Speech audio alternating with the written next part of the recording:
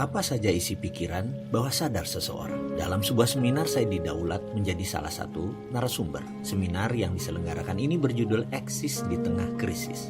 Disponsori oleh beberapa perusahaan seperti bank, maskapai, dan banyak lagi. Narasumber lain adalah orang-orang kompeten di bidangnya. Ada pengusaha, entertainer, serta profesional telah membuktikan pengalamannya melewati krisis tahun 97-98 dan krisis 2008-2009. Seminar terbuka untuk umum dihadiri berbagai kalangan, dari mahasiswa, pedagang kaki lima, ibu rumah tangga, pengusaha menengah, bahkan banyak profesional pengusaha kelas atas. Topik yang saya bicarakan adalah Millionaire Mindset. Berlangsung seharian, acara ini diisi oleh 6 narasumber. Saya mendapatkan giliran untuk berbicara tepat setelah makan siang, yaitu pukul 13. Setelah moderator memperkenalkan nama dan CV ringkas saya pun membuka dengan sapaan rutin. Sebelum sempat saya berbicara panjang, seorang di barisan depan mengambil mic dan mengajukan pertanyaan sekaligus pernyataan.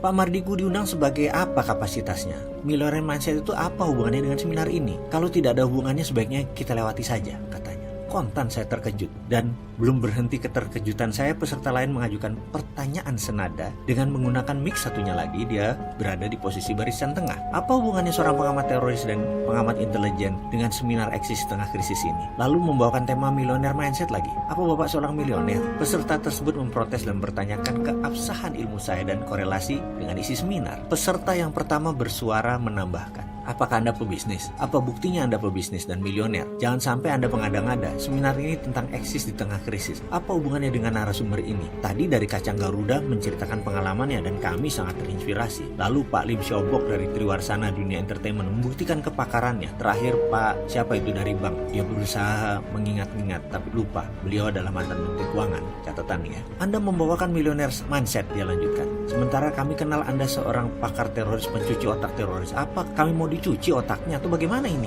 Saya tersentak, panitia pun gelagapan. Moderator menengahi, baik Pak, biar Pak Mardigu yang menjelaskan ya. Saya pun menceritakan sedikit hubungan saya dengan dunia kepolisian, dengan militer. Lalu saya menceritakan sedikit tentang pikiran dan latar belakang keilmuan saya. Namun ada beberapa peserta yang rupanya tetap tidak puas. Mereka mendesak agar sesi acara saya di skip, dilewati. Karena poin yang mereka harapkan adalah pengalaman dan praktek. Tidak mau wacana-wacana atau pelajaran teori-teori. Menurut mereka, kalau itu tidak aplikatif, buat apa? Kata mereka, kalau Mardigu ini seorang business coach, harap dibuktikan perusahaan apa yang dimiliki dan apa prestasinya. Kalau hanya mindset sebagai wacana saja, ya ubah judul sesi ini menjadi apa itu mindset untuk bisnis. Itu pun bisa sebagai selingan yang tidak penting. Rasanya rontok seluruh tulang saya mendengar komentar-komentar tersebut. Saya tidak sempat banyak membela diri atau memberi pertahanan. Tetapi buat apa saya bertahan kalau dibombardir pertanyaan dan pernyataan tersebut? Sepertinya memang bukan mengharapkan solusi. Sesi pun tetap berlanjut, tetapi berdasarkan kesepakatan akhirnya dibuat ringkas. Saya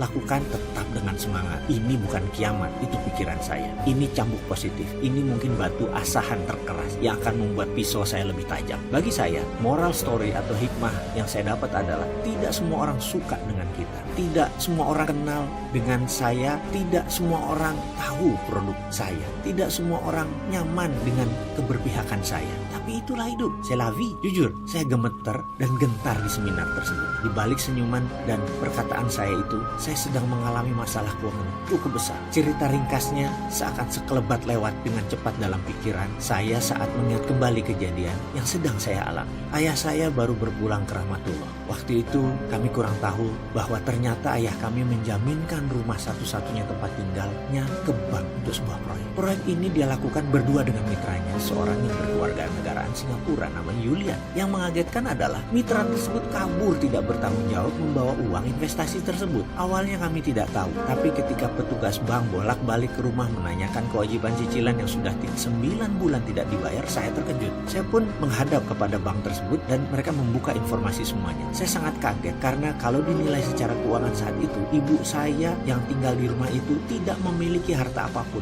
Nol. Bunga plus pinjamannya sudah senilai rumah, alias kalau itu diambil oleh bank ya habis semua. Mengetahui kondisi tersebut, tentu saja saya tidak mungkin menceritakan hal itu kepada ibu. Belum setahun kehilangan pasangan hidupnya, selama lebih dari 40-an tahun, ibu saya akan kehilangan harta satu-satunya, rumah tinggalnya. Pasti dia tidak siap. Dan saya merasa itu tidak benar karena dia tidak berhak untuk menderita atas perbuatan yang dia tidak perbuat. Akhirnya informasi ini saya simpan, biar saya yang tanggung. Pilihan saya yang pertama adalah mencari Julian untuk bertanggung jawab. Namun orang itu hilang di telan bumi. Langkah Langkah berikutnya adalah negosiasi dengan bank dan mengambil alih tanggung jawab tersebut. Pokoknya saya harus berusaha keras agar rumah tersebut jangan dilelang atau disita oleh bank. Dengan 1000 cara saya merayu dan meyakinkan bank untuk mendapatkan haircut atau potongan dari bunga. Pokoknya bank tidak rugi. Dari pokok awal saya mengatakan saya akan menyicil ini semua. Alhamdulillah bank mau. Tinggal saya bekerja keras dan minta pengertian dari istri serta anak-anak. Ternyata istri saya mendukung. Walaupun dengan 3 anak, kala itu istri saya sedang hamil anak keempat. Mengapa saya minta izin mereka? Karena cicilannya adalah hampir semua dari pendapatan bulanan kami saat itu. Kami harus gulung tangan tinggi-tinggi. Setelah kami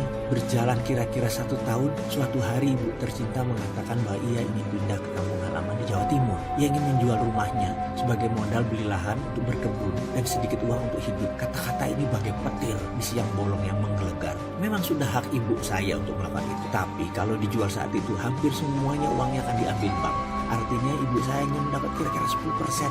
Dilema saya waktu itu. Apakah ibu saya harus diberi tahu tentang kejadian sebenarnya atau saya telan dan tanggung sendiri? Saya pun melakukan hal yang tidak lazim. Saya memilih tidak memberi informasi apapun kepada ibu. Lebih baik saya menjual aset, rumah, tempat usaha, dan mobil untuk menembus bank. Lalu kami bisa mengambil sertifikat dan memberikan sertifikatnya kepada ibu agar ibu bisa menjual. Malam itu, seperti biasanya saya berdoa memohon kepada Allah Subhanahu wa Ta'ala agar Dia berkenan atas keputusan saya ini. Lalu saya berkumpul dengan anak dan istri. Saya menceritakan semuanya dan apa yang akan saya lakukan. Kita akan menjual rumah tempat tinggal kita, ruko di Jati Bening, kantor pusat Rumah Yatim Indonesia, dan seluruh kendaraan kita. Kita akan cari rumah kontrakan sebagai ganti rumah kita sekarang yang akan kita jual. Saya menunggu jawaban istri saya dan anak-anak. Ternyata istri saya berkata, "Ayah, kalau buat bakti ayah kepada orang tua, kami tidak akan berkomentar apa-apa. Dan pastinya ya, apa yang ayah usahakan ini walaupun habis-habisan, tetap saja air susu ibu belum terbayar. Selama ayah ikhlas, aku setuju ya. Anak-anak saya pun setuju. Boleh ya,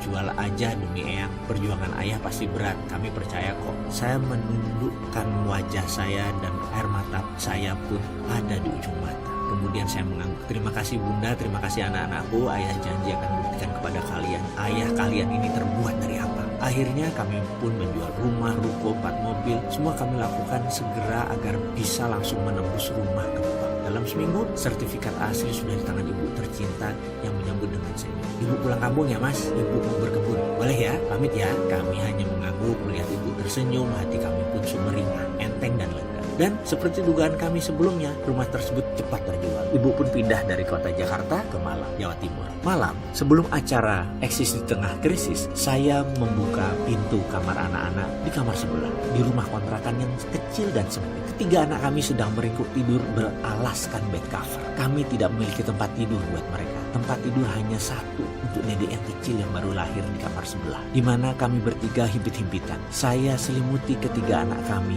kemudian saya kecup kening mereka di tengah lelapnya tertidur mereka. Dan sekali lagi saya berkata, "Akan ayah buktikan ayah kalian ini terbuat dari apa. Kalian akan berkelimpahan dengan ilmu sebelum berkelimpahan kemakmuran. Dulu ayah salah, berkelimpahan materi tanpa ilmu. Ternyata bikin hidup kayak yoyo, turun naik tak menentu." Kembali ke cerita seminar Eksis di Tengah Krisis. Banyak peserta yang meminta saya menjelaskan keilmuan dengan fakta. Sesi milioner mindset tentu harus diisi oleh seorang milioner. Sementara keadaan saya saat itu sedang berayun turun, alias hutang saya miliaran, termasuk hutang usaha. Tapi kan hutang produktif di pembukuan dihitung aset juga kan? Di seminar tersebut saya putuskan tidak menjelaskan harta saya, apalagi bisnis saya secara rinci. Biarlah waktu yang membuktikan. Intinya, saya sama sekali tidak kesal dengan mereka yang menyerang. Saya tidak menyesali semua kejadian tersebut. Hanya saja semoga semua mendapat hikmah tersembunyi, karena hidup ini penuh teka-teki misteri, menarik dan indah.